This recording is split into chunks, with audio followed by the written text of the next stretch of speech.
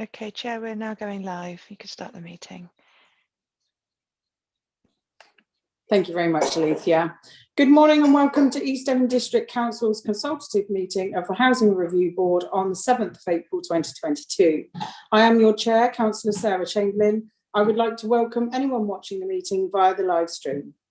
Based on the decision of the Council, we will continue to hold virtual meetings until the 11th of May 2022. I would like to remind both members and public attending or watching that this Council has delegated much of its decision-taking power to our senior officers. Consequently, this meeting is being held remotely and on a consultative basis only. May I remind members that the Code of Conduct applies throughout this meeting. We also reserve the right to remove and disconnect any participant who is disrupting the meeting by whatever means. Please turn any telephone devices off or to silent. The meeting can be viewed live online and will be recorded. Please bear this in mind throughout the meeting. In the event of a break in the internet connection, please bear with us as we try to reconnect. After 15 minutes, if we are not able to reconnect, we will consider the meeting adjourned and reconvene at a later date. If you wish to comment, please raise your electronic hand and wait to be called. We will now start the meeting by doing a roll call of committee members here present. Can you please now unmute your microphone, and when you hear your name, please confirm by saying present. When you have confirmed you are present, please mute your microphone again. Over to you, Alethea. Okay, so Councillor Chamberlain. Present. Councillor Hall. Present. Morning. Good morning. Councillor Parr. Yep, present. Councillor Pook. No. Councillor Taylor. Present. We've got Stephen Beer. Present. We've got apologies from Christine Collier. So Sue Saunders. Present. And Kat Summers.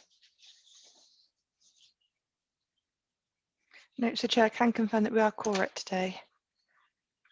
Lovely, thank you very much, Alethea.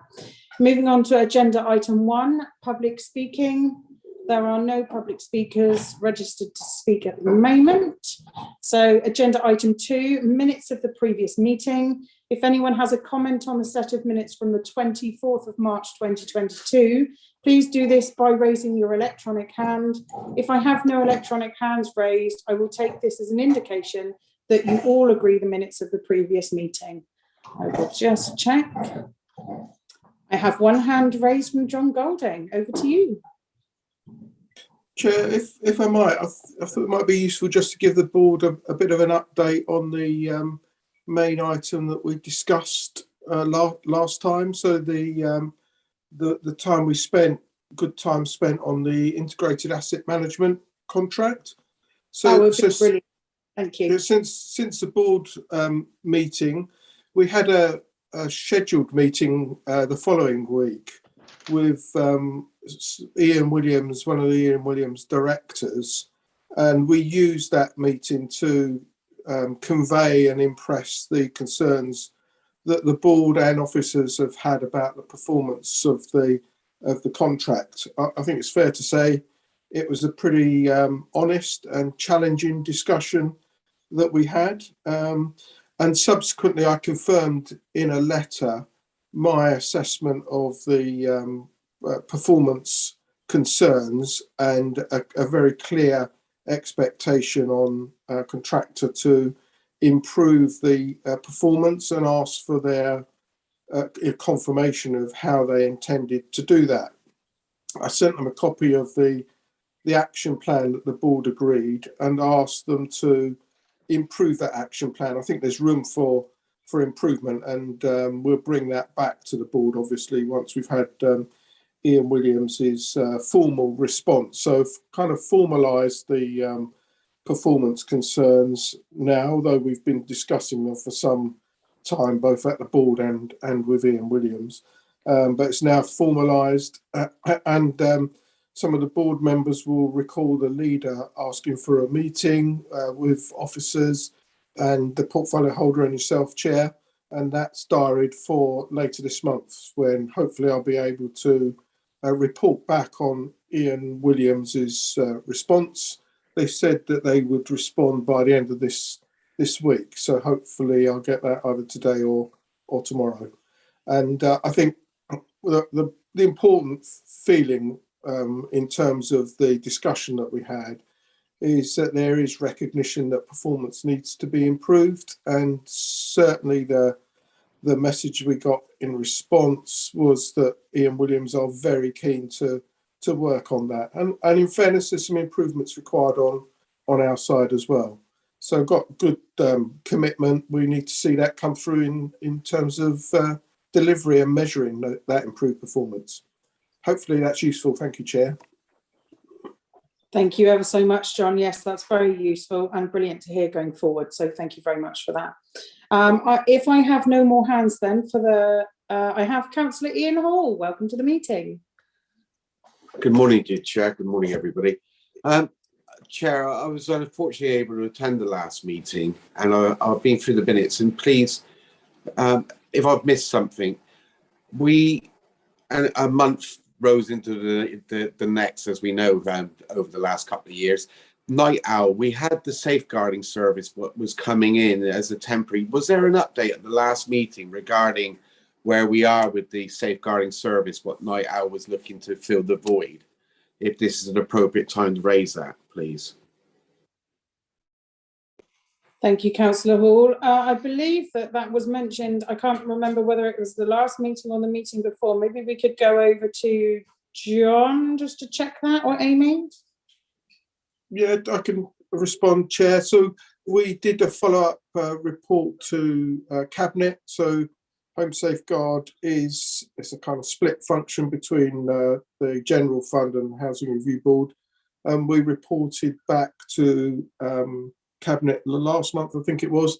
More than happy to send Councillor Hall a link to the report. And essentially, what the report said is that we wanted to extend our arrangement with Night Owl, who cover the nighttime service, the response service, because we've tried and failed to recruit to the nighttime operator posts. So this is a business continuity kind of exercise, and I have to say Night Owl's provided a really good level of service. We want to bring that service back in-house, but it will depend on our ability to be able to attract staff, recruit staff to those nighttime operator positions. Thank you very much, John. Councillor Hall, would that report be useful for you? Yes, please. And it's really reassuring to hear that the service is actually filling the gap, which has been very, very difficult to fill for the temporary. But the main thing is our residents are getting the right and appropriate service. So thank you for that, John. Absolutely, no problem. Thank you very much for doing that, John. If I have no other hands raised, which I don't at the moment, thank you very much. The minutes of the previous meeting are now agreed. That moves us on now to agenda item 3, and that is apologies. Alethea, can I come over to you, please? Yep, I've had apologies from our tenant representative, Cindy Collier. Lovely. Thank you very much, Alethea. Agenda item 4 is declarations of interest. This will be done by a roll call. When Alethea calls your name, please state your declaration, including the agenda item you're declaring relates to, if it's personal or pre-additional declaration, and what exactly the interest is. I shall pass you over to Alethea. Okay, let's start with you, Chair. Councillor Chamberlain. Thank you. Mine is just as normal. I also work for Exeter City Council in the Housing Department. Councillor Hall.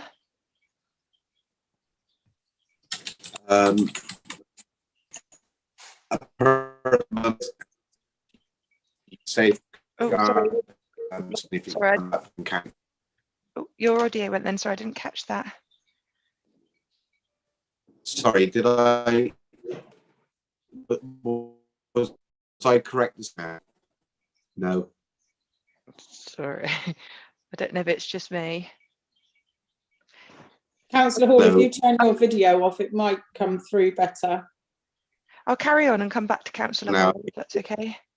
So Councillor Parr, Nothing, thank you. okay. Councillor Pook, is he here? No. So Councillor Taylor, No, none. Steve Beer, None. okay. Sue Saunders,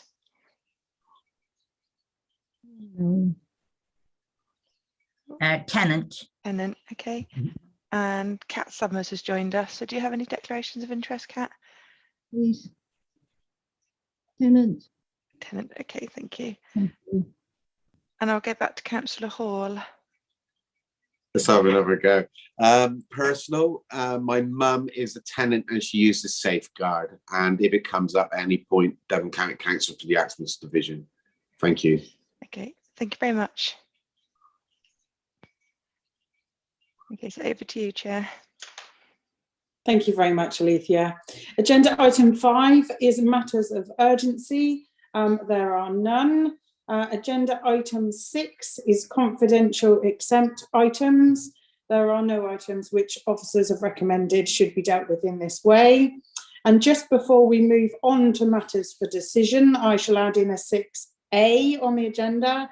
I would just like to advise the board that yesterday we did 2 interviews for the independent community representative posts that are available on the board. There was 1 available and now there is 2, as Christine Drew has decided to stand down from the board. But I would very much like to welcome Rob Robinson and Sarah Clark, who will be joining us in our first meeting, which will be held in June, after it has gone to the full council meeting in April. So I'd like to welcome them, and I will welcome them again in June if I'm here. Moving on then, agenda item 7. Chair, just before we go on to the actual agenda items, I note that Amy Gilbert Jeans has her hand up. I just wonder whether she wants to make a contribution at this point. She's not got her hand up on mine. No, I think I put it up to answer the home safeguard question, but I put it down again because John jumped in. Oh, all right. Sorry for that. Sorry. No worries. No, just in Apologies. case. Absolutely no problem at all, Giles. Thank you very much. So now we move on to agenda item 7, which is stock condition survey. And this is to receive a report from Graham Baker, the property and assets manager. I shall hand over to you, Graham. Thank you. Thank you, Chair. It's a very quick report. This report is for information, but also to keep you up to date with progress we are making against this important objective. The content of the report hopefully gives you this update. In summary, the appointment of Curry and Brown to carry out the stock condition survey is complete. Formal contracts are in place, and we are now moving forward with the mobilisation of the contract. During this time, we'll be carrying out some test surveys to make sure all the information is captured and presented in the manner we expect and need to receive. And once this stage is complete, probably in the next 2 to 3 months, we will commence with the complete delivery of the full stock condition survey. And that's basically the current position. Thank you very much. Fantastic news, and thank you very much, Graham. I look forward to that going forward very much. So are there any non-members who wish to speak? If you do, raise your hand, and if not, we will go on to members. So first of all, I have Councillor Dan Ledger, please. Thanks very much, Chair. It's just a quick question for Graham. With the stock condition survey, can you just confirm that we're not going to be modelling any single property across the whole of our stock, and that it will all be full surveys for every single property that we own? Yep, it's 100% stock condition survey for every single one of our properties, including community centres, garages, district offices, basically everything that's in our portfolio. How many surveyors are they actually allocated to this? Because it just seems, just to me personally, a huge number to be doing even in a 15-month period. Yeah, it'll be a team of 6 to 8 surveyors. Okay, thanks very much, Graham. Okay. Thank you very much, and a very good question there, Councillor Ledger, because I know on previous, not East Devon, but other companies, it has been known to be cloned info, so that's very good to hear going forward, 100%. Thank you very much. Next I have to speak, Councillor Helen Potter, please.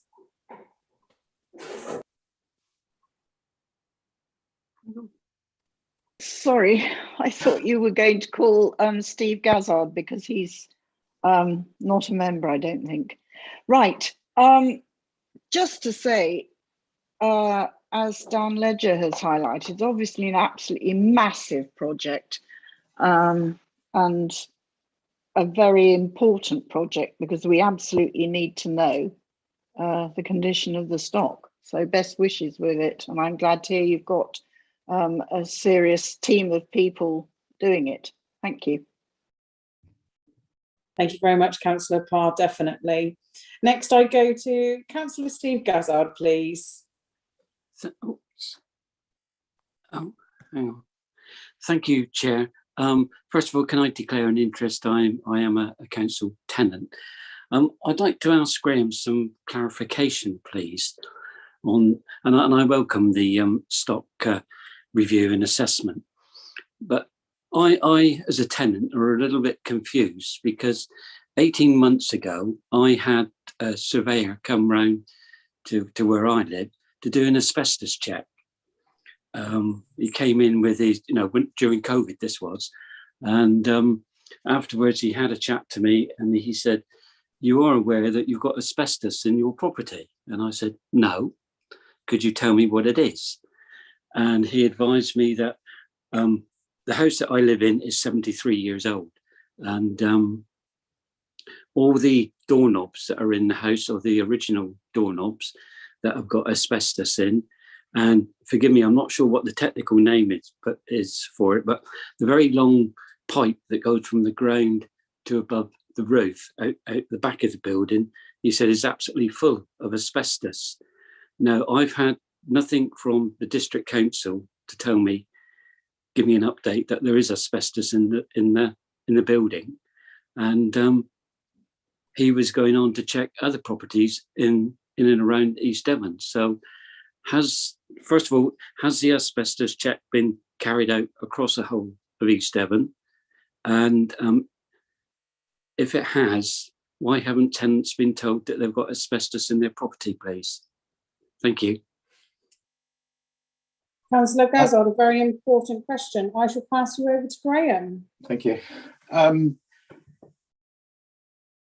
Asbestos management surveys have been carried out across the vast majority of our stock. I'm not going to sit here and say they've done 100% because we continue to have access issues, but the vast majority we do hold management surveys on them. Before we do any construction work on a property, we're duty bound to have what they call a refurbishment and demolition survey of a specific area. So if somebody's having a kitchen survey updated, we will have a specific intrusive survey carried out on the kitchen area, bathrooms, similar type of areas. As regards to informing tenants whether they've got asbestos or not in their property, it's not something we do as a matter of course, but we have that information available if tenants want to know. But it's a valid question. I'd probably refer it to John or Amy to see what their policy is on that, but we don't inform as a matter of course. Thank you very much, Graham. I'm quite interested. Sorry, Chair, can I just come in there? My asbestos surveyor and compliance surveyor, Michelle Davidson's got her hand up, so she might want to add something to my comments. This is her baby asbestos, so she might want to add something more relevant.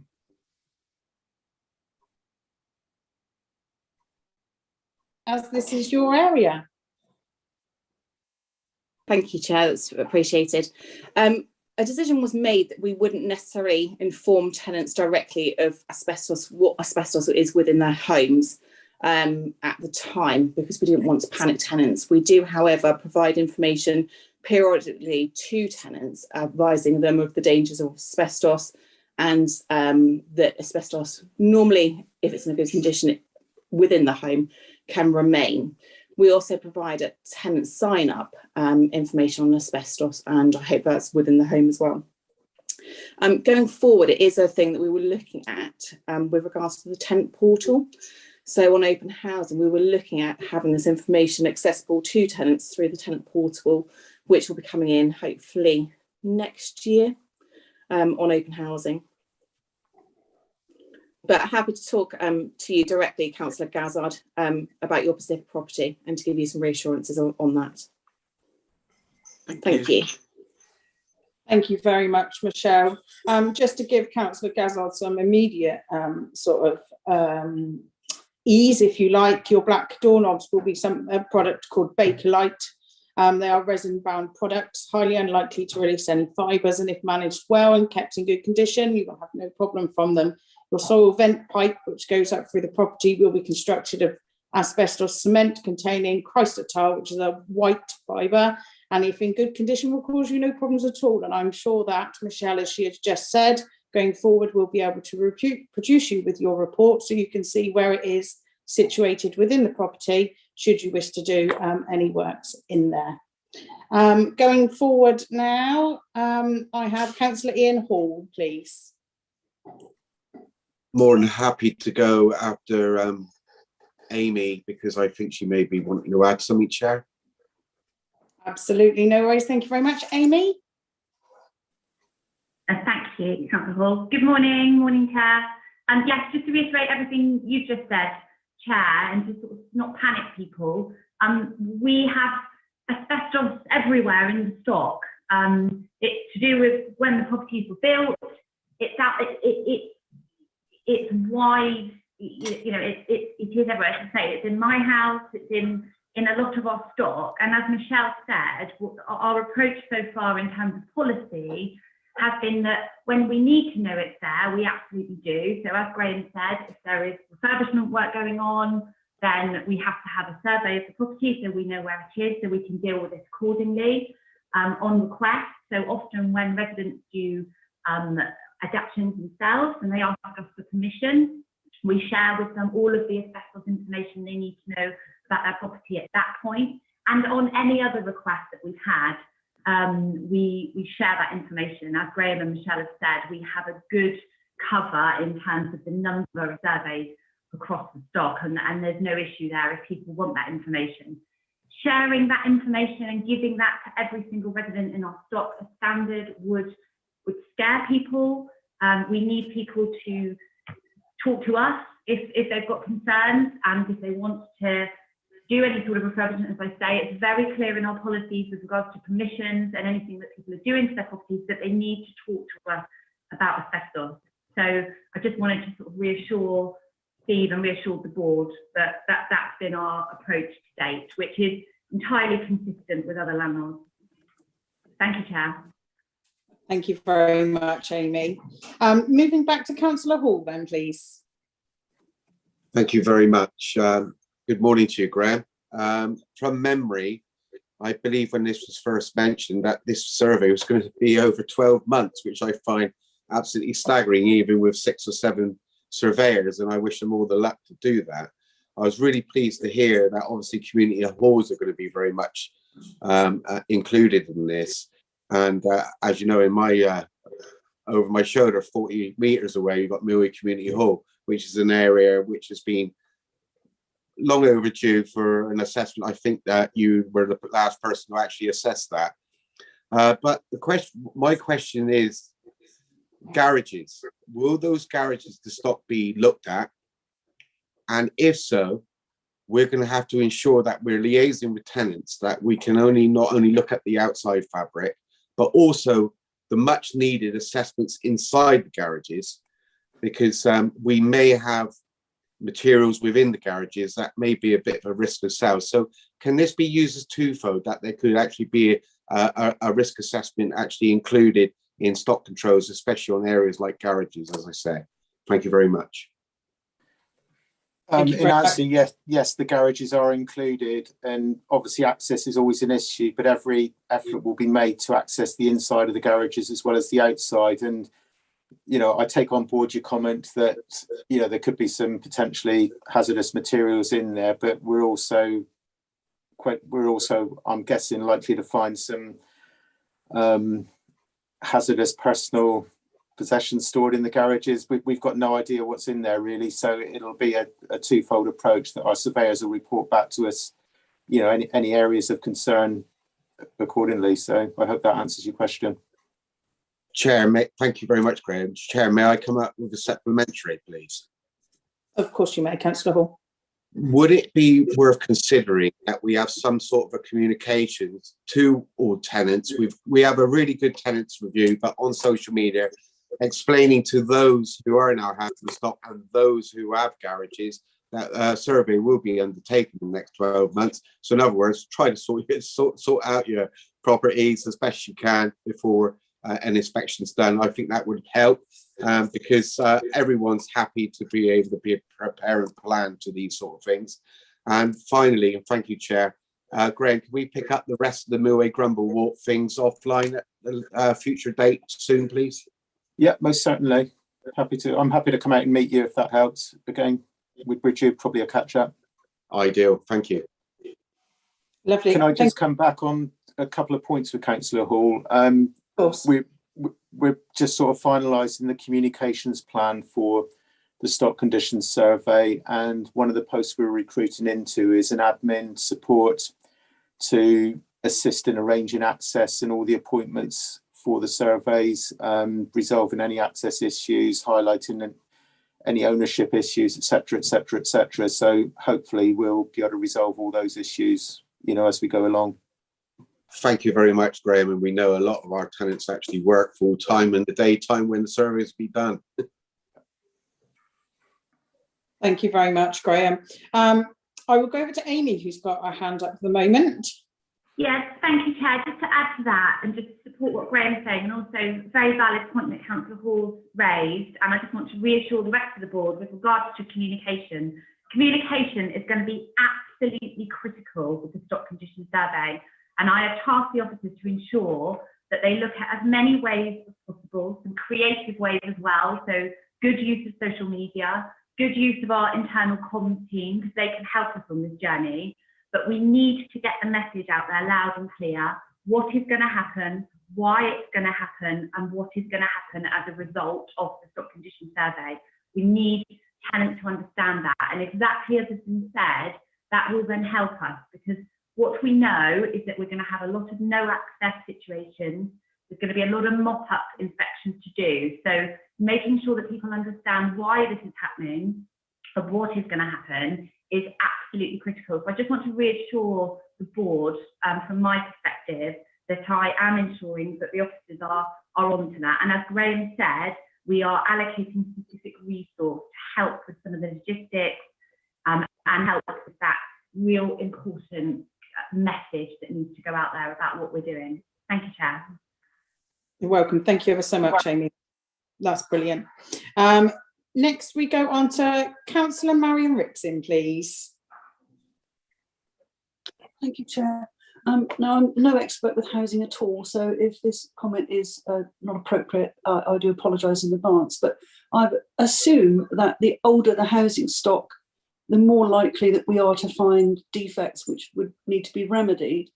So I'm just wondering how the schedule is going to be drawn up. Is it going to be based on age-related problems, or potentially could it be in tandem with problems which come up time and time again for some properties, potentially, for example, housing areas where people complain about mould, which is obviously not just a house condition problem, it's also a health issue, because this can affect people's respiratory tract. So I'm just wondering how the schedule is going to be drawn up to actually conduct this survey.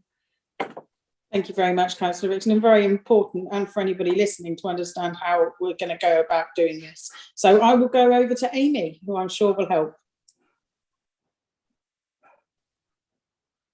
So if I just get Graham to set out the terms of the contract in terms of, because I know we've gone by geographical area and we've also for the purpose of the first 2 months, we're focusing on certain properties, aren't we, Graham? Can I get you to answer that one for me?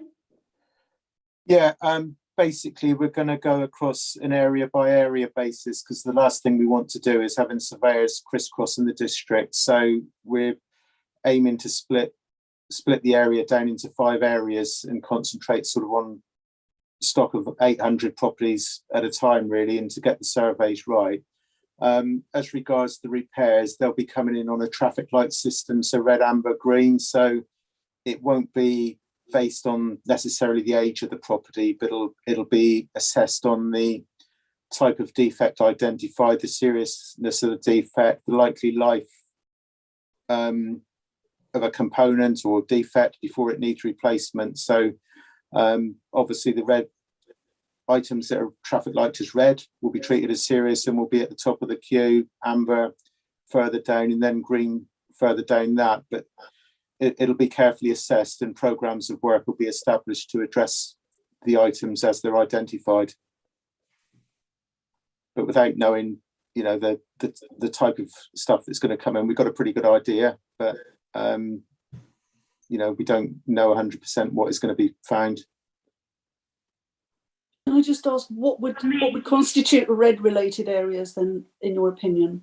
It could be a structural defect, rendered defects that are letting in damp, contributing to black mold, that would be treated as serious. It could be major service failures, something with, for example, a gas failing pipework, although that shouldn't be the case. It could be a dangerous piece of exposed asbestos that has been damaged that we're not aware of. So there could be some damaged asbestos panels, soffits, pipework, again, that we're not aware of. So it's those critical things, really. Thank you. Thank you very much, Graham. Just on that point, which obviously with my background, you mentioned earlier that you're not 100% compliant with them. It's very hard to get surveys done, management surveys done on all properties. A percentage of properties, how many properties do you think currently do not have management surveys out of stock properties? And going forward from that, as you've just said, panel breaks and things like that, I'd hope that with the surveys that we have, management, refurb, things going forward, that those types of things wouldn't be found from a compliance point of view. I don't know whether you have those statistics now, or whether you could get them to me at some stage. That would be great. I don't think we've got the absolute specific numbers, but we've got the majority of properties covered with asbestos surveys, and like you say, we're not aware of any broken or damaged asbestos panels, etc., or anything like that. But you know, if something does get damaged and it wasn't evident at the time the asbestos survey was carried out, it's been damaged since. Those are the instances that, you know, will be brought up on the survey, hopefully. But yes, we can get some statistics of the number of management surveys, etc., we've got, and send it to you outside the meeting. Lovely, thank you. I see Michelle has her hand up. We'll go over to Michelle. Apologies, just wanted to jump in, Chair. We have approximately 300 no accesses for the asbestos management surveys. As you are fully aware, we have 11 vacancies within the team. One of those is an admin role within the compliance team, which will be solely looking at no access issues across the compliance work streams, which will include management surveys. So assurance to the board that we are addressing no accesses going forward. You're quite right, Chair. What we have done, where we have got high level or high risk ACMs within our properties, so asbestos containing materials, we do have a programme of re-inspections, and those are re-inspected and removed where they are in poor condition. Thank you. Thank you very much, Michelle. That's very reassuring from my point to hear. And I know that we work closely anyway on the same thing. So I know you guys do these things. I just think it's important for the board and members and people listening to understand how that is done, and that just to reiterate that you are on top of those no accesses with the extra staff coming in, will be brilliant going forward, because it is important.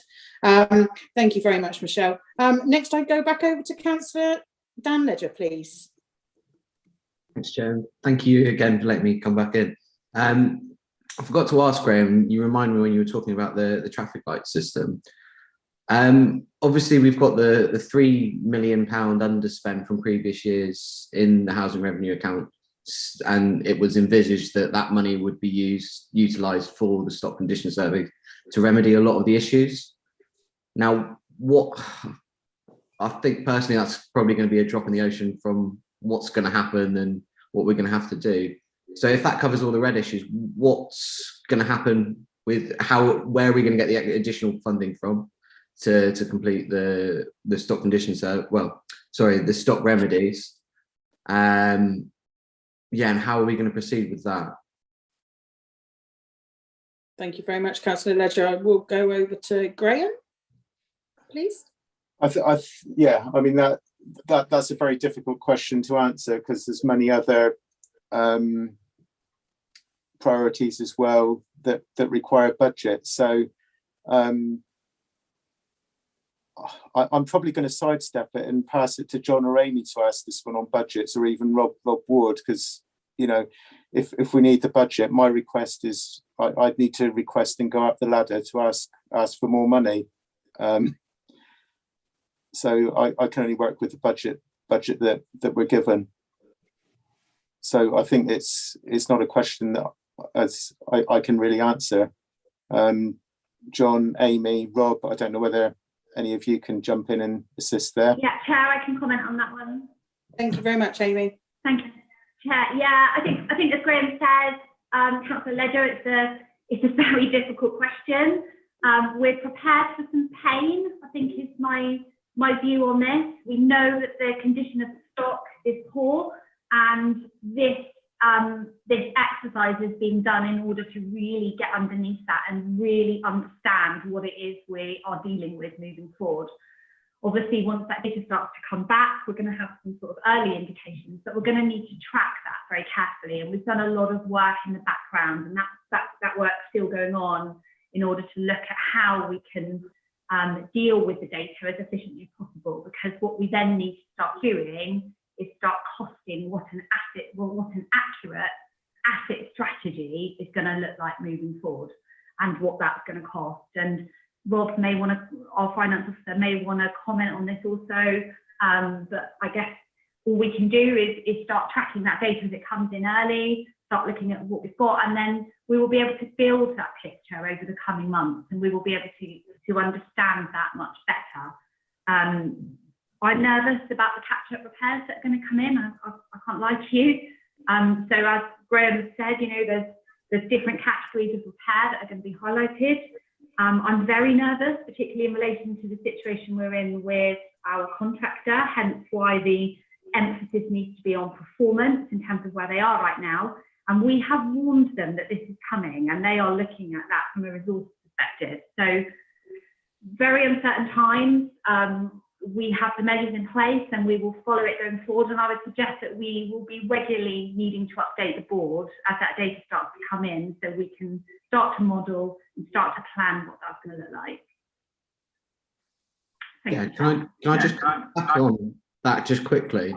I think just two things from the comments that Amy's made is we need to be focusing on our customers here, and they are our tenants, and we've got money in the HRA as reserves, and I would class this as a rainy day to utilise those areas, because it's paramount that we, and all our philosophy is about having homes that are suitable for our residents to inhabit.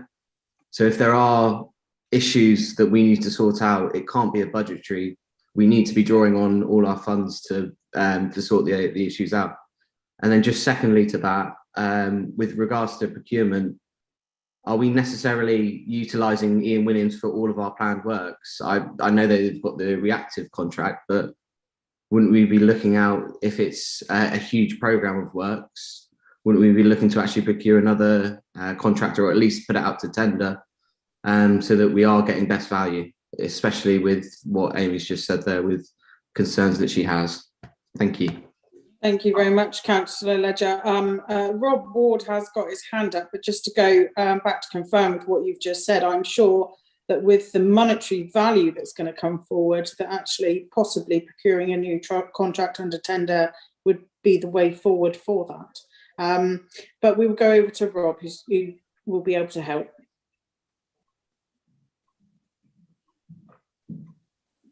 Hi, yeah. I just wanted to give you a few sort of numbers and figures, essentially, because you did mention the 3 million. Currently in the planned maintenance reserve, we've got 3.4 million. With the underspends that we'll come on to when I actually talk about my report, I expect that to go over 4 million this year, and that's all going to be put away for the likes of the stock condition survey and catch-up costs.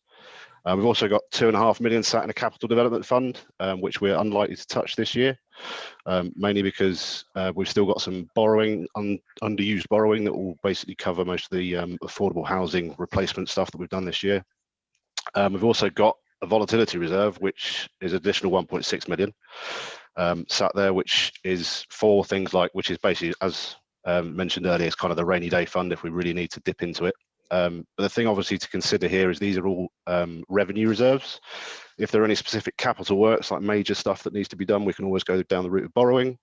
So there is a lot of funds available for doing works. And obviously, as Amy said, as things come in, we'll start prioritising and essentially moving things around. Hope that clarifies a bit. Thank you very much. And also the grants going forward for the, the retrofit green energy stuff. So hopefully we'll be able to apply for some of those going forward and use them to improve the stock condition at the same time, which will work twofold then. Thank you very much, Councillor Ledger and Graham. Next I have Sue Saunders to speak, please.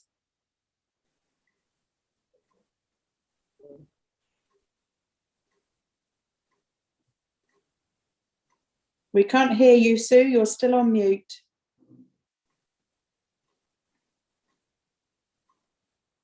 It's all right. What we'll do, Sue, we'll come back to you if you can come off mute in a minute. So we'll move over to Steve next then, please. Hi, good morning, Chair. Just wanted to say £3 million won't be enough.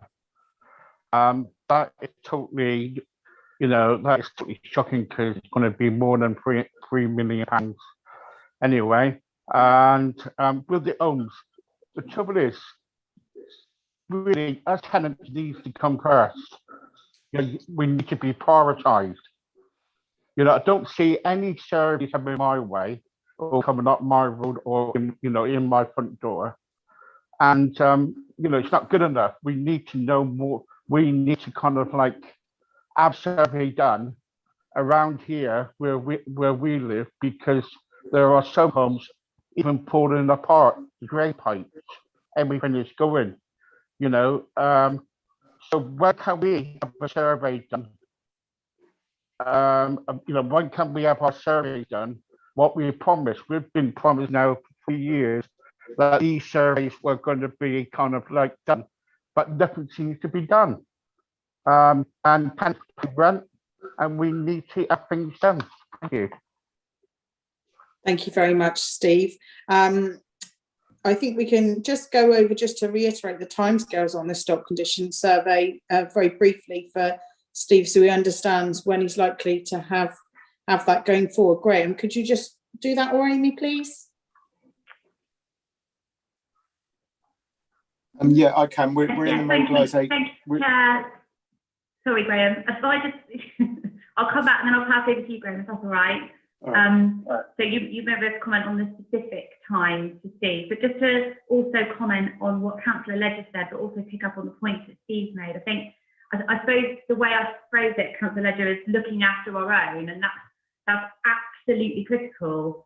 So this feeds into the very difficult decisions we're going to be making over the next few years about development, about how far we go with carbon efficiency, because what we absolutely have to do first is make sure our stock is fit for purpose, so that the homes our tenants live in now are the right homes and that they deliver everything they need to do. So I absolutely agree with that point. This is an absolute priority in terms of the spend on the HRA, and it will feed into how far we can go with other expectations and desires. I say that in relation to development. And with regard to the point around Ian Williams, it was always, as you'll be aware, envisaged that this longer term relationship, we would hope that we can include some planned work as the contract goes forward. However, with the situation we're in at the minute, we need to be very cautious, we need to be very careful. So I think absolutely a very real possibility is that once we've got some of that data coming back, we may be going back down the procurement route for some much larger planned work programmes. And we will need to make that decision a bit later down the line when we know what planned work it is we're looking at, and when we assess the capability of Ian Williams as to whether they are able to deliver it or not. But we will need to move fast. So if we have any concerns about that, we will need to be going down a separate procurement route. And in relation to the points that Steve made, I agree. This has been just a really frustrating delay. It was something during COVID that we couldn't prioritise because of the day-to-day service delivery and the need to keep some sort of service running through periods of lockdown. So the stock condition survey had to wait again, which was absolutely not ideal. And we have put the resources in place now to prioritise this. And all I can do is apologise that it's taken us so long. I don't know if Graham can comment with regards to how, when the Xmas area will come into play, to answer Steve's question specifically. Yeah, thank you, Amy. As I said, mobilisation will be over the next 2 to 3 months, and we expect the full stock condition survey to start middle of June, beginning of July. At the moment, we haven't finalised the programme, but the expectation is that it will commence in the Exmouth area, but we've still got to finalise that. But during the mobilisation period, I previously said we need to carry out the test properties to make sure the survey is being done in the manner we want and expect, and also the reports come in, the data's being picked up, the data's being collected in the manner that we need. And we, as part of the mobilisation, we want to do a cross section of properties. So we will do a block of flats, we'll do some houses, we'll do some bungalows, we'll do some garages, we'll do a community centre, a complete cross section of our portfolio, so that we satisfy ourselves that we are getting the service that we've requested and need. That's lovely. Thank you ever so much, Graham. I think, Stephen, just to sort of put it in really easy terms for yourself or anyone else listening, they'll come around and do the surveys and they'll look at the property as a whole, but at that time, all they're doing is collecting data and having a look at the defects and putting them down on paper, if you like. That will then go back to the council for them to put into a plan going forward of all these works. So don't be surprised if they sort of come out and have a look at it and there's a bit of a delay then in between you then hearing when these plan of works will start, because the data has to be collected on site, come back to the council, collated again into a programme, costs looked at, and then a programme put together to go forward. And it might be that might take 6+ months to sort out before the actual work's done. Obviously, if there's any compliance or health and safety works uncovered within that survey, I would hope that they would be rectified immediately, and I'm sure that they will be. But just to explain, it's going to be a bit of a longer term thing to collect all the data together before the actual works will start. But it's really, really positive that we've got this information now coming back into the council. It will be when they start in June, July, and it's a real positive move forward for everybody in East Devon District Council's housing stock. So brilliant going forward. Sue, can we go over to you now? Yeah, I lost the bar along the bottom and I couldn't unmute. Anyway, yeah, 2 things. Talk about a portal to tell people about the state of asbestos in their property. Not everybody's got a portal. How on earth are the people who haven't got a portal going to find out? It all has to be done online these days, and it's not fair to those who can't do online. Do you understand what I'm saying?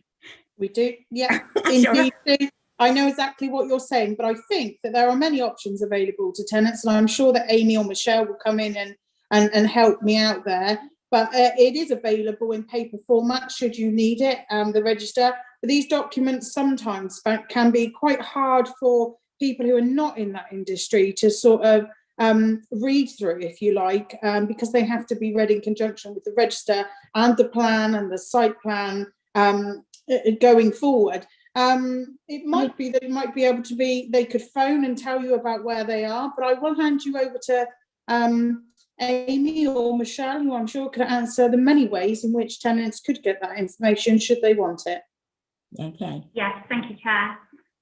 Yes, we can provide the information in any format. It's very standard now in the sector that we have this information available through a portal, as Michelle mentioned earlier. But of course, as we always say, we appreciate that won't be accessible for everybody, particularly our demographic in East Devon. However, we do have lots of requests for a portal. People want to be able to communicate with us online, and that's something that we're developing, as you know. But in answer to your question, yes, you can have it in paper format or whatever format. It's not going to be the only way that information is available. That's fine. Yeah. The other thing I was going to say, you were talking about opening garages and seeing what people had in them. I thought there was a ruling that they could only keep a car in a garage, that nothing else was allowed to be stored in garages. I'm going back years now, but I'm pretty sure there was a ruling, cars only in garages. So, sorry, that's what I remember. That's okay. Thank you very much, Sue. And that will be down to the tenancy agreement, but I'm sure that Amy or John or somebody will be able to answer that. Yeah, that is the case, Chair, but of course that always adhere to the conditions that we apply. So we won't be surprised to find all sorts of things stored in garages, I'm sure. Yeah, okay. Thank you very much. So it's not one of the things that can be enforced. Is that what you're saying? There's no, sorry, can I come in, because I dealt with the tenancy agreement. Mm-hmm. So there's nothing in the tenancy agreement that says you can or can't keep a car within a garage. Actually, a lot of the garages are too small to keep modern day sized cars in them. The only thing you can't keep is anything that's obviously going to be causing fire, or Right. things like petrol, paint, etc. Mm-hmm. Okay. But there's nothing about whether it has to have a car in or not. I didn't say I had to have a car. I just said that the only thing you could keep in it was a car. But anyway, that's not the point. Carry on. Sorry. Thank you very much, Giles, for confirming that. That's brilliant. Next, we go over to Councillor Hall, please. Thank you very much for giving me the opportunity to come back in again. Scratching the surface comes to mind. When we are looking at the stock conditions, Graham, will surveys be done on the paths to and from the properties? Because there are a lot of paths what need a little bit of TLC, and obviously we have mature trees also that can compromise paths, and also can actually potentially compromise the underground pipes. Is that all in the plan? Yes, it is. It's all that'll be checked as part of the survey, but the stock condition survey also includes the HHSRS type surveys as well. So, and I can't remember for the life of me off the top of my head what HHSRS stands for. Housing Health and Safety Rating Scheme. So there's a number of items that comes under that, and paths is one of them, which will be checked as part of the stock condition survey. That's all within the remit. Thank you very much. Thank you very much, Graham. Thank you very much, Councillor Hall. So I appreciate we've been on this agenda item for quite a long time. I have no more speakers, but I felt that it was very important for everything to come forward now so that correct plans and explanations can be put in place for everybody. It's going to be great going forward. Nobody else to speak, so I will just pass this over to Giles, who will just round up this one for us, please. So, Chair, it's not a recommendation. It's just for the HRB has noted the update on the current position with the actual award and mobilisation of the stock condition survey contract. So you can move on to the next item. Thank you very much, Giles. That's brilliant. So agenda item 8 is the Housing Revenue Account and Housing Capital Finance Report. And this is to receive a report from Rob Ward, the accountant, please. Yes, thanks very much, Chair. Good morning again, everyone. I'll quickly rattle through the report and just bring out some salient details. Essentially, things have moved on slightly since the report was written, in that we're now at the end of the year. So there's a few figures that have changed, and I'll just highlight those. But essentially, materially, the forecast surplus is still in the same ballpark. We're currently looking at 1.4 million above the budget before accruals and reserve contributions. So we're going through that process at the moment, working out what accruals are needed. And obviously, as we said before and mentioned during the stock condition survey, there will be certain amounts put into the planned maintenance reserve, and the rest of it is planned and budgeted to go into the capital development fund. So that's looking at about 2.4 million going into reserves this year. Obviously before any additional accruals that are required to pop up the pots there. Moving on to right to buy sales, we've got 1 million worth of sales made so far this year. Well, actually totally this year, because I haven't checked the rest of the year. 10 properties, that's provided 337,000 rather, to cover the capital programme, and allowed 256,000 into the right to buy replacement pot that can be used only to buy or develop properties.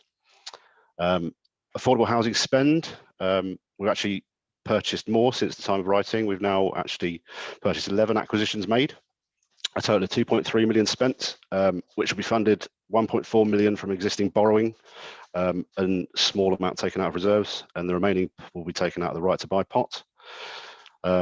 Capital programs, the next thing, spend at the moment is currently under budget. It's expected to all be covered by the amount I've already mentioned from right to buy sales. And so we're looking at a healthy position. We should have quite large reserves by the end of the financial year to look to allocate, obviously, as we mentioned before, to stock condition and prioritise when things come through. And that's probably about a summary from me. If anyone's got any questions, please let me know. Thank you very much, Rob. That's absolutely brilliant. So first on my list to speak, I have Councillor Hall, please. Thank you very much for the report. Question on 1.4, the government return of 432,000. Nobody likes having returns to any money to central government. Could there be an explanation of the reasons why? We know that obviously the teams have been incredibly stretched. We know that we can only spend them on a certain amount of things, and we know that COVID's had a massive impact into areas of strategically. But could there be more of an explanation of why the money was returned to central government, please? Yeah, this isn't actually, so this isn't money that we're returning as in we haven't spent. This is basically under the agreement, there's a certain amount that we have to compensate the government for, which was basically signed up, when we signed up on the 2012 agreement, we have to give them a certain amount every single month when we actually sell properties. So the 432,000 we basically sent to the government every single year since the right to buy programme was in place. We haven't got any choice, we have to do it because we signed up to the right to buy. Thank you ever so much for that. So that is the original 88 million, I believe, it cost for the housing stock to be retained at district. Is that correct? Yeah, essentially, it's the theory behind it is compensating the government for effectively giving us, well, what they kind of think is a discount. There are lots of rules. It's very complicated. There's ridiculous formulas. But yeah, essentially, it's every time we sell a property, we have to give a certain amount of the funds back to the government. Thank you very much. Thank you very much, Councillor Hall. Next, we move over to Councillor Helen Parr, please. Thank you. Your comment 2, what's PPP exclusions and non-PPP property? Thank you. That's price per property and price per property exclusion. So any PPP exclusions are any repairs that fall outside or basically more expensive than our PPP level, effectively. Thanks. Thank you very much, Councillor Parr. I have nobody else listed down to speak, so we will go over to Giles just to sum that one up, please. Thank you, Chair. So this is the Housing Revenue and Account and Housing Capital Finance report, which needs to be approved by the board and recommended to Cabinet. So you need to take a vote of members. Lovely. Thank you very much indeed, Giles. I will pass you over to Alethea for the vote, please. Okay, sorry. So if you could just press your green tick if you're voting for, red cross to vote against, and a hand if you want to abstain, please.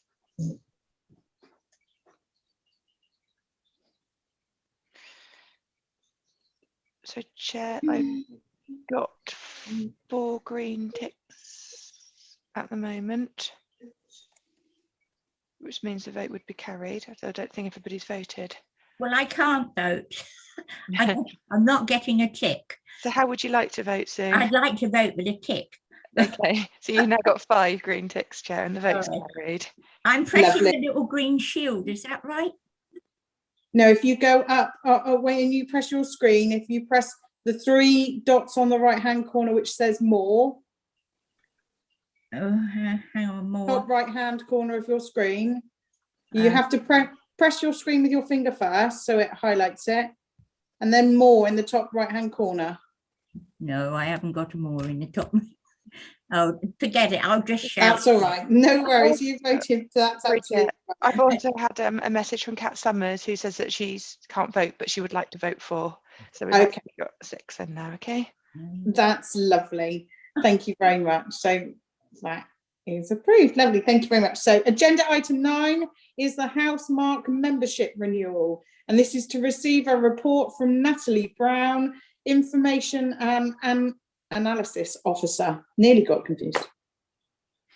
Thank you, Chair. Morning, everyone. I'll just give you a quick bit of background about Housemarque, because I'm not sure how many of you are aware of what it is. So in a nutshell, it's a data analysis online service which gathers performance and cost information from around 350 social housing providers across the UK. And it provides them with data insights which helps to make evidence-based decisions. And obviously that can help to drive business improvement. We've been using Housemarque since I think about 2013-14, definitely since I've been in post, which has been about 5 years. And we have found it a really useful way of being able to do smarter analysis with our data. Most importantly, it gives us some information on costs, and we can benchmark our costs against other organisations, which I think is really useful, because usually throughout the year we spend most of our time looking at our performance information rather than our cost information. So I think it's really important when we come to make decisions that we can use both performance and cost information. Just to give you a bit of an example of some of the deeper analysis that Housemarque can provide for us, it can do things like, so it measures our performance, say, on our rent collection, and it could be saying we've got, I don't know, 99% of our rent is collected, but then it also maps that against our cost, and it could be that to provide that service, we're spending a huge amounts of money. So it just enables us to have a really good strategic overview of what is going on in certain areas, and then it can help us to make good decisions. So as we all know, over the last couple of years with the pandemic, it's been a bit of a strange time. And going forward, should you recommend for us to continue using the services provided by Housemarque? I hope to take advantage of all that Housemarque can offer and all of its analytical capabilities, because it's definitely looking into what it can provide. It's definitely been improving. So I'd like to really kind of get my teeth into that and be able to provide you and the service with as much information as we can, because I think, well, I would probably say this, but I think data is really important, but data that is smart is really useful to have. And hopefully through that, we can continue to improve our service delivery for our tenants. So that's Housemarque. If you've got any questions or like to know more, just, let me know. Thank you. Thank you ever so much for that report. Very helpful. So we'll move over to, first of all, we have committee members, no non-committee members. So we'll go to Councillor Helen Parr, please. Thank you. And I would definitely like to propose this recommendation because I should imagine it's extremely useful, this service. And I think it's vital that we benchmark this council's housing service against others and find out where we could be doing better. I think it's absolutely marvellous. And also that we can see where we're doing really well, because we do really well in many areas. Thank you. So I'm proposing it. Thank you very much, Councillor Parr. Do we have a seconder for that? Happy to second, Chair. Lovely. Thank you very much, Councillor Hall. Would you like to speak next? If you don't mind. Thank you for the report, Natalie. I've seen the benefit over my years being involved with the Housing Review Board. As far as I'm concerned, it continues to be good value, great on shared information, and therefore good best practice. Thank you very much. Happy to second. Thank you very much, Councillor Hall. I don't see any other speakers with their hands up now, so we will go over to Giles to sum up, please. Well, it's just a recommendation to continue with the annual subscription for this year. You've had the recommendation, you've had the seconder, so it's just to take a vote. Lovely. Thank you very much. We'll go over to Alethea for the vote, please. Okay, so again, if I could ask people to use their green ticks to vote for, red crosses against, and a hand for abstention. I'm ticking yes. Okay, thank you, Sue. Okay. Oh, and I've had a message from Kat to say she's voting for. So that would be 6 votes, Chair. Fantastic. Thank you ever so much, Alethea. That's carried. Moving on to agenda item 10, the CIH professional standards. And this is to receive a report from Amy Gilbert-Jeans, the Housing Service Lead, please. Thank you, Chair. So we'll keep this brief. It's not a recommendation as such, it's awareness. So we wanted to bring these to the attention of the board today, as this is a new initiative that's been recently launched by the Chartered Institute of Housing, who you will know as our sector body. And it's something that we want to promote and very much support across the whole of the housing service. Links very closely with some of the themes from the white paper report that you received at your last meeting. And in essence, I guess this is about the professionalism of the sector in which we work and the high standards that we should always be aiming to achieve. So hopefully you've had a chance to look at the standards set out in the report. They're based around 7 characteristics. And on review of these, we highlight, we feel that they highlight the complexity, if you like, and the importance of the work that we do, which is so often overlooked in housing. There's often a misconception or lack of understanding, if you like, about what working in housing really means. So this is also about raising the profile of the work that we do, but also about highlighting the breadth of skills and knowledge that are required to work in our sector. And it links in very nicely with our commitment to Chartered Institute of Housing Training, our CIH training programme. And board members will be aware that we have a number of officers across the service who have completed CIH training. And we've got a number of officers across the service who are also working their way up, and we've had excellent success with this, where we've had staff taking their first steps into management. And this, of course, fits very nicely with succession planning for the future. So the recommendation is literally just to draw your attention as our board to these standards, and just to inform you with these across the teams, and also that I will be working with HR and linking in with them as well, because there's a nice link to be made here in terms of the recruitment work we do, but also the recruitment crisis we're in, as I've talked about at the last meeting, if you like. So it's an area that we're struggling with. So we think this is a really good approach, and we hope the board will support that. Thank you, Chair. Thank you very much, Amy. So we'll move over to anybody that has anything to say. We have Councillor Hall, please. I've always got something to say. Thank you ever so much for the report. And one thing what really stood out for me was on the right-hand side, all the way through the threads, about self-reflection. And I really do think that is a culture that we can be very, very proud of, especially in the housing providers, what we are, is that self-reflection is really to ensure that we raise standards going forward and we are in that continuous improvement mindset. So thank you ever so much. Lovely. Thank you very much, Councillor Hall. We have no more speakers, so we'll just go over to Giles to sum up, please. Thank you, Chair. This is just a report to note, so you can move on to the next item. Lovely. Thank you ever so much. Agenda item 11 is the procurement of the gas servicing and gas and services contract. And this is to receive a report from Graham Baker, the property and asset manager. You are busy today, Graham. Thank you. Thank you, Chair.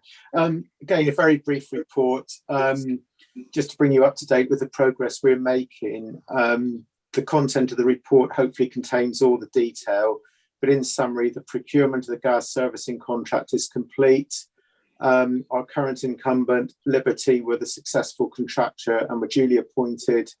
Mobilisation of the contract has progressed through January, February and March, and as planned, the contract went live on the 1st of April 2022. There was a seamless transition from the existing to the new contract, and I'm pleased to report that we are maintaining 100% gas compliance. So that's it. Thank you very much. Thank you very much, Graham. That's very impressive, 100%. Well done. The only thing I would add into that is how that works, and I've got to be devil's advocate, is how that works with 300 no entries. I'm sure you'll be able to explain that. There's no other speakers on this one. So over to Giles to sum up, please. So yes, it's another report just to note for the board as where we are with the procurement of that contract. So we can move on to the next item. Lovely, thank you ever so much, Giles. However, I note that Amy has her hand up. Yeah, Chair, thank you. Just a point of clarification from earlier, as you just mentioned, the 300 no entries relate to asbestos management surveys. They don't relate to gas. Lovely. So as Graham said, we are 100% compliant with gas inspections. That's lovely. Can I just add to that, Chair? Just to say, of course, because the gas sits within its own set of regulations, we have to actually carry out the annual gas safety check. And of course, where people aren't letting us into the properties, then we have the ability to refer to the courts to obtain injunctions under the Antisocial Behaviour Act, which interferes with our housing management functions. So that's why we have 100% compliance. That's really useful to know. Hopefully we'll be able to cross that over to asbestos for the gain entries as well. That would be really good. Moving forward, thank you ever so much. Agenda item 12, the electrical safety policy. And this is to receive a report from Michelle Davidson, the Compliance and Cyclical Servicing Manager. Thank you, Michelle. Thank you, Chair. This report sets out our proposed electrical safety policy and East Devon District Council's approach to managing electrical safety within our properties owned and or managed by the council, including our community centres, communal areas and district offices. We currently have carried out the 5-year electrical testing within all our homes and any associated follow-on works. The electrical safety policy details how we will meet the requirements for the electrical safety under the Landlord and Tenant Act, the Housing Act 2004, the Electricity at Work Regulations, and the Electrical Equipment Safety Regulations 2016.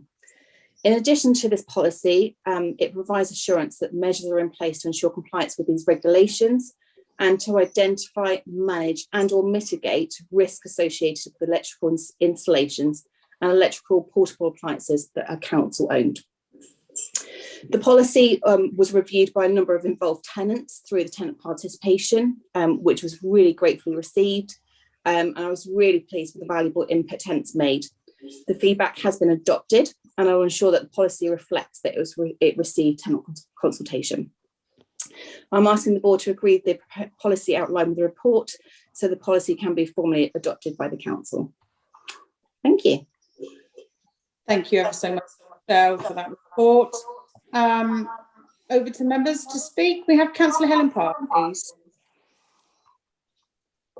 Well, very interesting to see laid out there the policy for no access, and it's Pretty horrifying to imagine how many stages you have to go through, but in the end, obviously, you can get access because it is extremely important for safety of everyone. Anyway, I would like to propose the recommendation, which is that we agree to the policy within this report and recommend it to Cabinet. Thank you. Thank you very much, Councillor Parr. So that's a proposal from Councillor Parr. Do we have a seconder, please? Happy to second, Chair. Lovely, thank you very much. Councillor Hall, would you like to speak now?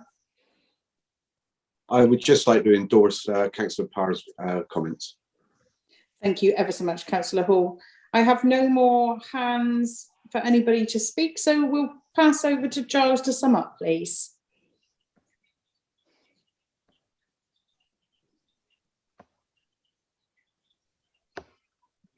Sorry, Chair. Yes, so this is a policy, a new policy to adopt. So therefore, it has to be recommended to Council to adopt this policy. So you will need to take a vote. Lovely, thank you very much. So we'll go over to Alethea then for the vote, please. Okay, so again, we could do a green tick for, red cross against, and a hand for abstention. And a shout. Okay, and so you're voting for, Sue, just to clarify? Yes, I'm voting Okay. for. I don't know if Kat can unmute herself and let us know.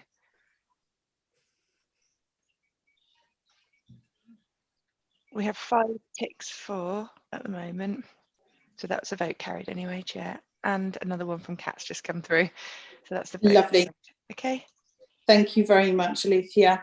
Next, we move over to agenda item 13, which is the quarterly performance indicator report, Q3 2021 to 22.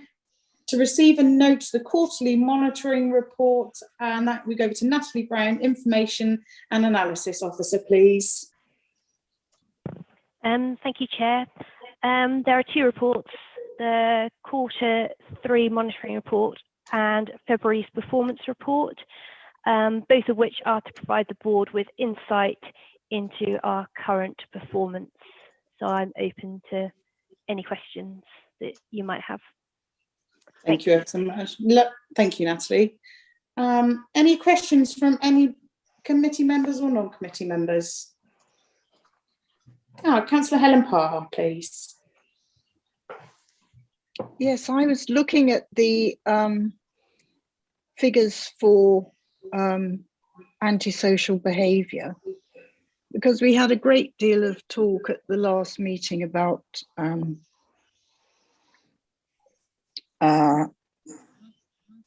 well, anyway, and it was interesting to see that condition of the property was one of the highest things. I think that did come up, as I say, at the last meeting. And then the second highest thing was noise. But it's quite worrying to see this figure for condition of property coming up. And I hope that the, well, obviously, is there anything that can be done? Because I know the point was made that when there are voids, very often a huge amount of work is involved in clearing up after tenants, and the condition of the property obviously delays the relet, which costs the tenants overall a huge amount of money. Thank you very much, Councillor Parr, very valid point. And Amy will hopefully be able to help. Over to Amy, please. Yeah, thank you, Chair. Thank you, Councillor Parr. I think that's a really, really relevant point. I'm really pleased that you've pulled that one out to draw to our attention, because as we said at the last meeting, it is something that we're increasingly seeing, particularly on voids. The condition of the property are poor. We're seeing that presented in lots of ways, often, you know, lots of rubbish left, but also just the general condition of the property over the years that's fallen into disrepair, and we are having to spend some significant amount of money to put things right. There is a percentage of that we do recharge onto the outgoing tenant, but you'll appreciate that that's not always possible, and it's quite complex in many situations, but where we can, we do. I think one of the solutions here, and one thing that we're working up with our estate management team at the moment, and I'm talking to the tenants and community team overall about this, is about annual visits. So we've not been great at this in the past, and what we need to do is be a lot more robust and have a much better structured approach to making sure that we visit every single property on at least an annual basis. Because what that does is it makes sure that we can have a look at our property, we can address any concerns that residents might have on a whole host of topics. It's not just about the condition of the property, it's about having a good relationship with our tenants and having that discussion at least on an annual basis. There's all sorts of other things that may come up, and this chimes very nicely as well with our safeguarding responsibilities, because those annual visits will also be an opportunity for us to engage and raise any safeguarding concerns we may have, and also support that residents might need.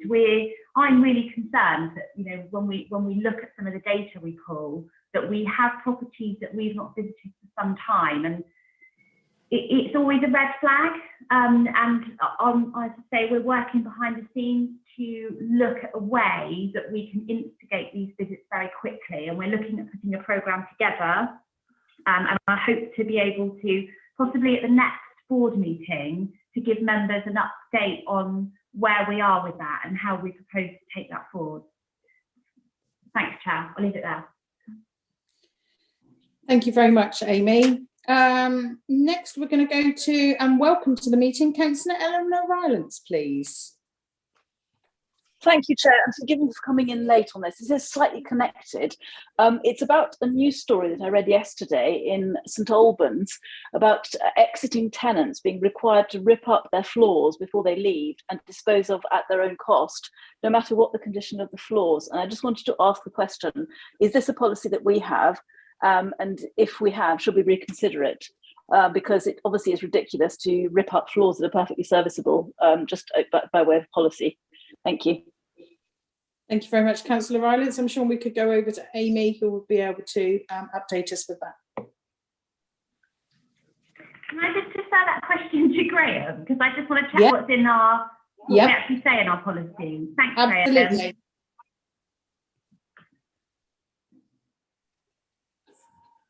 Yes, thank you for that. It's a difficult one. Each one's sort of assessed on its merits, but the majority of cases that we're finding, there's very little flooring. I'm assuming you mean carpets? Well, in the news article, it was carpets and wood floors. So the tenants were basically being forced to leave behind just concrete, their concrete. So even laminate was asked to be removed. Yeah, I mean, generally we do remove all of it because we can't guarantee the quality, quality of it. It may look okay on the surface. We don't know what's spilt within the carpets, whether there's any infection, those sorts of things. So the policy, unless it's in exceptionally good condition, is to generally remove it. It also gives us a chance to check the quality of the floors underneath. Often, and particularly in a lot of our properties, there's floor tiles and that are fixed with adhesive that's got asbestos content in there. So again, we need to assess the quality of the asbestos to make sure there's no danger in those areas as well. So again, laminate flooring, it's not particularly easy to maintain. If it's in good condition, yes, it could be left arguably, but it then becomes a maintenance item for us in the future. But Thank you for that, Graham. It wasn't quite my question, but if I may, so the tenants in St Albans are actually being requested to remove their own floors before they leave, or they incur a cost, and they have to dispose of it themselves, no matter what the condition of the flooring or the age of the flooring.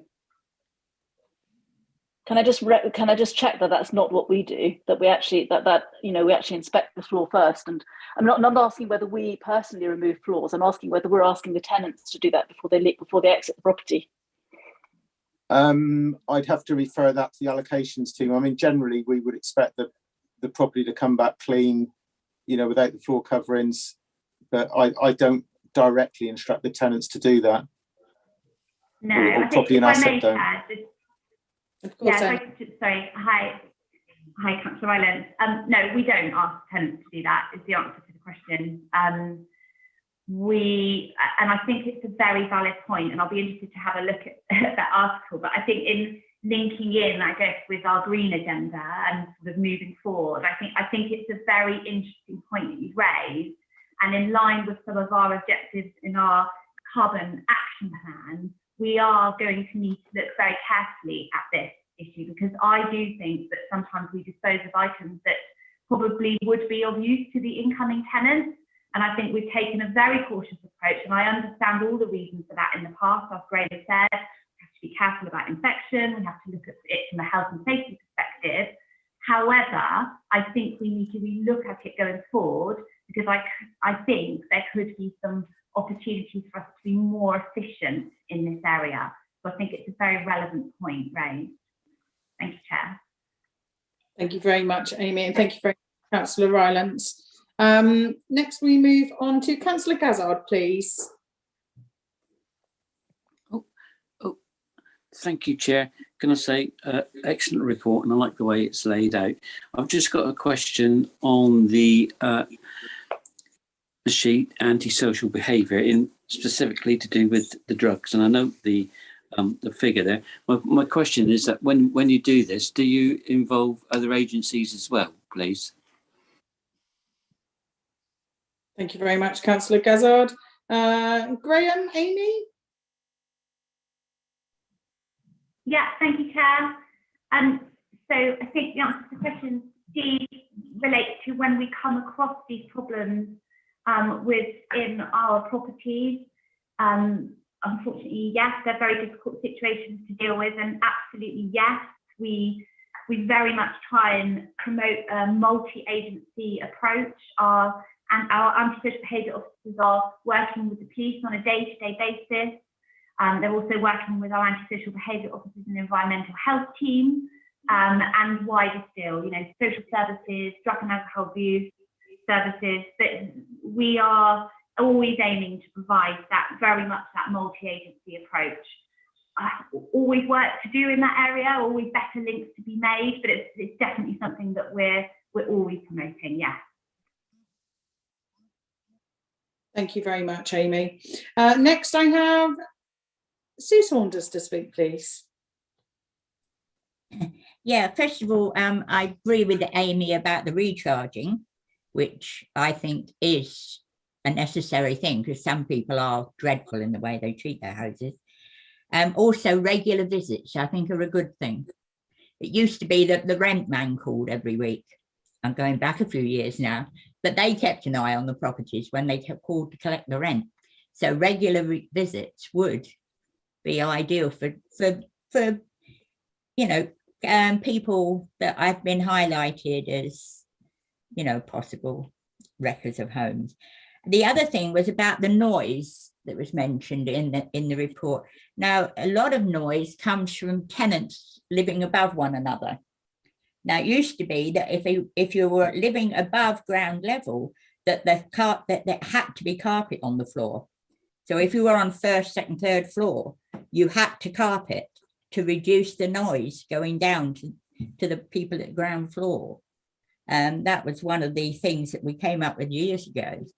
And the other thing to do with is the carpets and that are left in properties.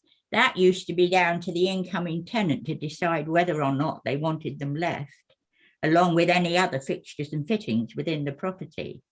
The incoming tenant was allowed to choose whether or not those things were left in the property. Okay. Thank you very much, Sue. Amy, can you answer any of that for Sue or Graham? Yeah, thank you, Chair. So yes, Sue, we do have so lots of our noise complaints are often from the situation we have where we have lots of flats.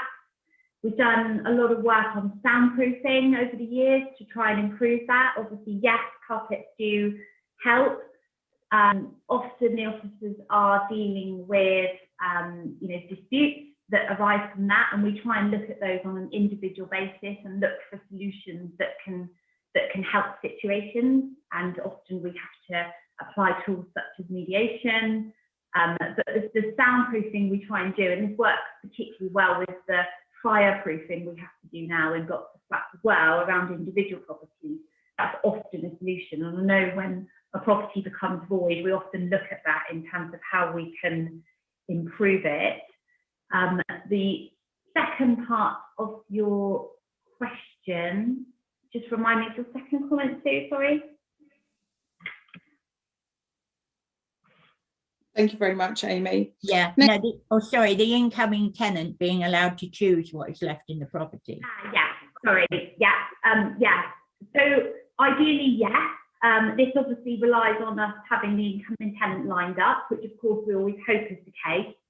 So I know some of those conversations do take place, and where we possibly can, we make that happen. We allow tenants to be able to choose. But I think, as I said before, I think with regards to our approach to compliance over the last few years, we have become quite regimented about certain elements of that in relation to health and safety. And I just feel that we perhaps need to review it to make sure that we're not being too overcautious in relation to all the comments that have just been made on that, and that perhaps there could be more opportunities to do that. I think it's a very valid point. We do it where we can, but we could probably do a bit more of it, in all honesty. Thank you very much, Amy. Thank you. Thank you. Next we move. Thank you, Sue. Next we move over to Steve, please. Can we look at around about like carpets and stuff being removed from the properties before any tenants move in, because you don't know what's on the carpets. And usually when I have accommodation and stuff, everything is usually cleared out. And remember, well, when I moved into my property here, everything was cleared out. There was no carpet, nothing available. So can we just note that shall we kind of say, that nothing to be left, because we don't know what's on these carpet, lino or whatever. My second point is the condition of some properties are sometimes can be really, really sad to see, because that people don't look after properties, and in my remit, they don't deserve it if they don't look after their property. But that's my overall opinion. Also, kind of like outside in their gardens, it's rubbish. If you go around where I live, there's a lot of rubbish left in the gardens. Can we make sure that people, they're responsible for their own rubbish, pick up their rubbish and not leave them in their gardens, especially when you got visitors coming to Exmouth. Exmouth is a lovely place to be. And if they walk past someone's garden, they'll probably think they're in Iraq or something. It's not on, is it? So that's my opinion. Thank you very much, Steve. Next, we'll go over to Councillor Parr, please. Or Amy's put her hand up. Did you want to come in on this one, Amy? Only just to, I don't think there's a question there as such, but just a comment around what Steve said. I think we deal with every instance on an individual basis. Often when people are struggling, perhaps with their mental health or other issues that they have, they're not able to keep the condition of their property where it needs to be. So we have to look at that on a very individual basis and make sure that we've got that support going in as well when we do identify cases. I just wanted to reassure the board from an enforcement perspective, we deal with these situations very sensitively and very much on an individual basis. And absolutely the comment around the condition of the property from the outside. So often this is a red flag to us. So if we see that somebody is unable to keep the property to an acceptable condition from the outside, so say that's rubbish or whatever it is, overgrown gardens, that can often be an indicator for us to need to go inside the property, because if that's what's being presented from the outside, we have to question what's going on inside the property. So our estate management officers are eyes and ears out on the ground, and often they will be presented with such situations, and there's often a bit of curiosity around that, and us needing to see exactly what's going on there. So yeah, just to comment and agree with what Steve said. Thank you very much, Amy. Can I come back in again? Sorry. Yes, of course you can, Steve. Yeah, sorry. Can I just ask that we can be on the tenancy agreement, make a annual visit to properties where, you know, locations, you know, the housing estate managers kind of look at kind of like going around all these properties and kind of like keep an eye on the properties, you know, kind of like doing a review on that. I'm sure it's a tenancy agreement where they usually kind of like, there's a point where we can kind of like annually, they kind of do reviews of the properties. So is it on the tenancy agreement? Or am I wrong? Thank you, Steve. I'm sure Amy or Graham will be able to answer. We do have I think I understand the question. So we do have the ability, obviously, under the tenancy agreement to deal with a visit to the property. There's obviously different ways in which that can be approached. And I think going forward, once we introduce the annual visits as part of our day-to-day service delivery, then we will need to make sure that people are aware of them. We need to make sure people understand why we're doing them. And we will have a discussion with legal as to what we need to do in terms of the actual legal tenancy agreement. Thank you very much, Amy. Next I move over to Councillor Helen Parr, please. Thank you. Just one more question, really. Number 4, customer satisfaction. I did find that chart completely incomprehensible, and I don't understand the value of it because it's giving figures from different surveys going back many, many years.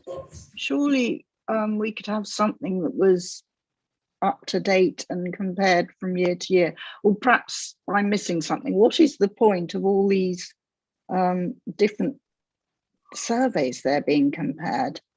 Thank you. Amy, could you come back on that one, please? Yeah, so yeah, they're different. They're names of different surveys that we've done over years, and I suppose that's because we've captured the satisfaction in different ways. So we've sort of always kept some of the legacy stuff on there. So I think some of it's the star survey that it used to be. So it's the type of surveys that we've done in that year. So it is out of date. We absolutely need to up the survey that we spoke about at the meeting 2 weeks ago, that we are about to do across the whole of the stock, will be an up-to-date measure on customer satisfaction. So that is about to be updated when that exercise has been completed. But I absolutely agree. I think we need to take off some of the really old data on there now. We've been just carrying it forward, but we need to get rid of that and give us a much more up-to-date picture and comparison just from the last few years. Has that answered it? Thank you, Amy. Has that answered your question, Councillor Parr?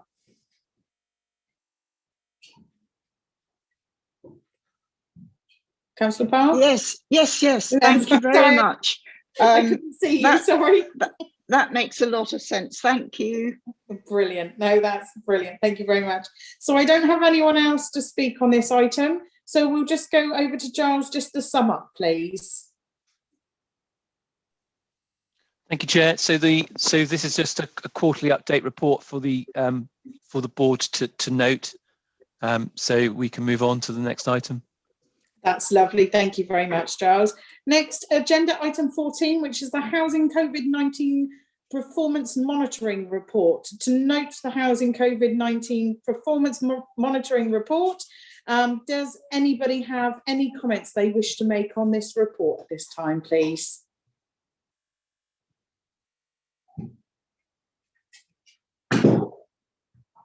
Oh, we have Councillor Parr, please. I'm really sorry, but I found this very difficult to understand. Would you like any explanations on it? So can somebody go through it? Amy? So this is so I think as part of COVID, we suggested that we include this on the agendas, because this is something that we've used to monitor performance internally.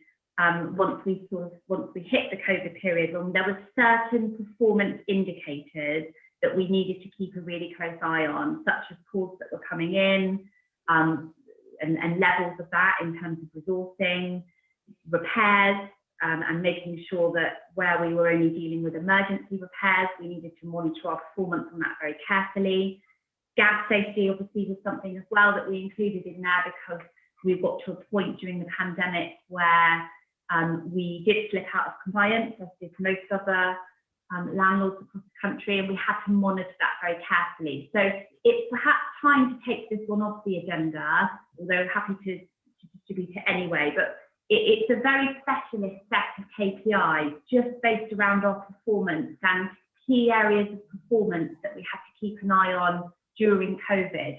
We've actually kept it going. It's been a useful document, and Natalie has been doing excellent work with the managers on it, because we've got quite used to looking carefully at some of those areas, and the managers have really benefited from that and wanted to keep it in place. But it's full of jargon, it's quite confusing, but absolutely take on board your comments, Councillor Parr. I can answer anything specifically on it, but I may suggest that we just go back to this performance report that you've just received. And again, it's for the board to decide, but perhaps going forward, we'll take this back as our internal measure document. But I can answer any specific questions, but I agree, it's full of jargon, and it's an internal report that we use. Natalie, Thank you. you want to? I don't have Natalie, any specific. I just think you're quite right that we don't need to see this. Thank you. Yeah. Thank you very much. Thank you. Thank you, Amy and Councillor Parr. Next, we move over to Councillor Hall, please. Thank you very much for the report. 2 points really. On page 1, regarding the phone call demand, you can see it going up and down during the different waves of the pandemic, and really well done to all those people who were making those calls. It was an incredibly challenging time. Hopefully we are now actually at the endemic stage, so I'm glad that we've captured this information to look forward. Secondly, is when we're looking at the rents, say for February 21, we had 100%. February 2022, we're looking at 98.5. We know that there are so many people who are seriously feeling the squeeze with inflation, fuel costs, etc. And to ensure that our tenants are actually proactively contacting the East Devon if they are finding it difficult, I think it's very important. Finally, Chair, I think it's absolutely appropriate that we, the board, actually note the fantastic efforts of every single person and employee involved within East Devon District Housing Provider during an incredibly challenging time. So thank you one and all. Thank you very much, Councillor Hall. And indeed, it has been hard for employees going forward with sicknesses and workload and demands and things. So I agree. We have areas to go forward on, but definitely, yeah, thank you very much. No other speakers. So we'll go over to Giles just to sum this up, please. Just a report to note, Chair. Fantastic, Giles. Thank you ever so much. So on to, I believe, the last agenda item, which is agenda item 15. And this is the Senior Officer Urgent Decision. And this is to note the request for retrospective authority to bid and proceed with the Memorandum of Understanding required for the release of successful bid funding as part of the Social Housing Decarbonisation Fund. And this is presented by Amy Gilbert-Jeans, the Housing Service Lead. Over to Amy, please. Thank you, Chair. So just to end on a high, we wanted to just make the board aware that we have been successful in bidding for this funding from central government. I think you're probably all aware, because a little bit of time has passed now anyway, but we wanted to just make sure that you've seen a copy of this urgent decision report that had to be put forward in order for us to be able to progress with releasing the money. So I understand we were successful for just above 600, so I think 612 was the exact amount, £612,000. We've successfully secured through this scheme. The team, Graham's team, again, busy Graham, is working behind the scenes to allocate this grant in terms of what properties we're going to target. And this obviously comes in line with all of our objectives in terms of carbon efficiency. So it's a really excellent news. And I have to say that my team have worked incredibly hard behind the scenes in order to go through the bidding process. It's never easy. The timelines are very tight. You often have to produce a huge amount of information in order to proceed, and we have done it, and we've been successful. And through the current staff shortages and everything else, as you say, it has been a real push. But I just want to congratulate the officers on what they've achieved with that, and we look forward to continuing to update the board on success of that. We've been contacted by some neighbour agencies to ask us how we did it, because there's been some disappointed landlords recently that didn't get funding. So that's not that I'm being smug or anything, but it's always nice to be in that position. And I think when I looked at the bid, we definitely produced a very honest and open bid. We've gone for some of this funding before, again, and been successful, and we learned a lot of lessons.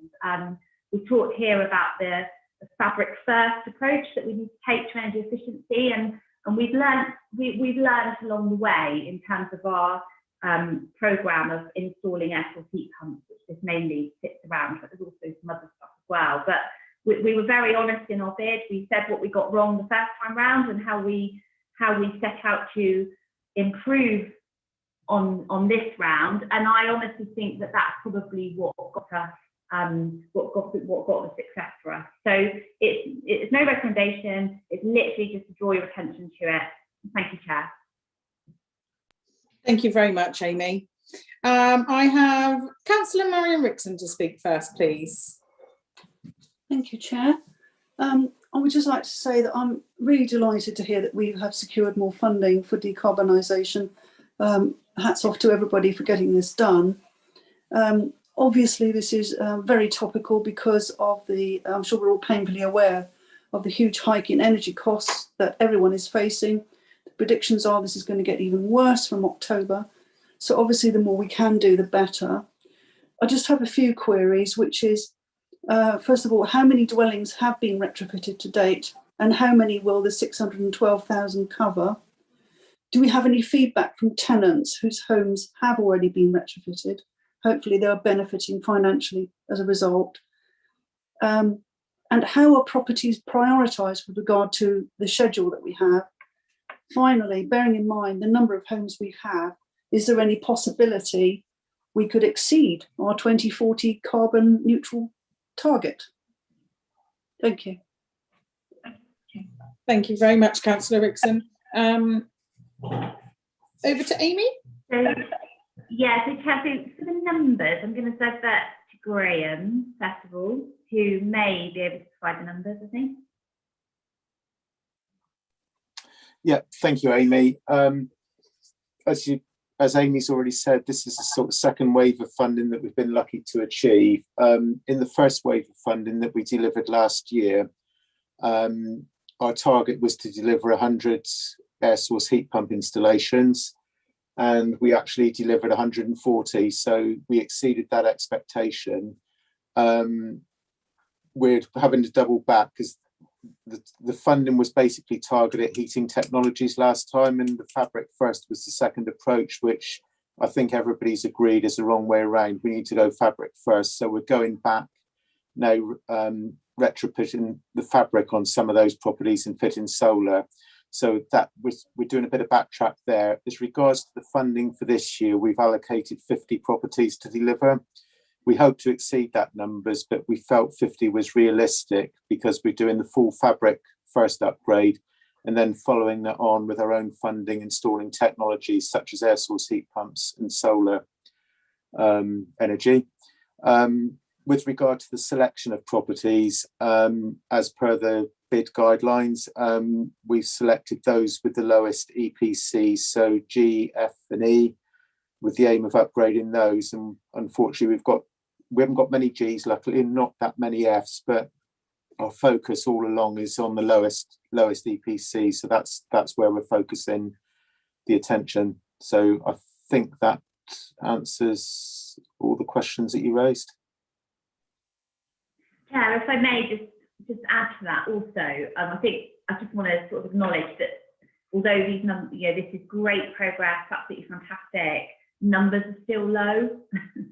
So drop in the ocean, I think we referred to that phrase earlier in relation to the stock condition survey. So we know that there's a huge task ahead in terms of retrofit, and there's lots of different things at play here, but it's a good start. I would like to think that the next tranche of funding that's released, because what we're seeing is government sort of releasing this in waves, as Graham said, has been successful on the first 2 waves. And I think over the next few years, they're going to continue to release those funds. Our strategy needs to be that we increase the numbers as we go forward. So as we get more confident of what we're doing, which as Graham said, we're learning all the time, as we go through, we can ramp up the numbers. And I would like to be going for much higher figures in terms of much more than 600,000. What we've done is what's realistic for us at the moment, but we do need to ramp that up as we go forward. So in answer to your question, Councillor Rixon, in terms of beating it, who knows?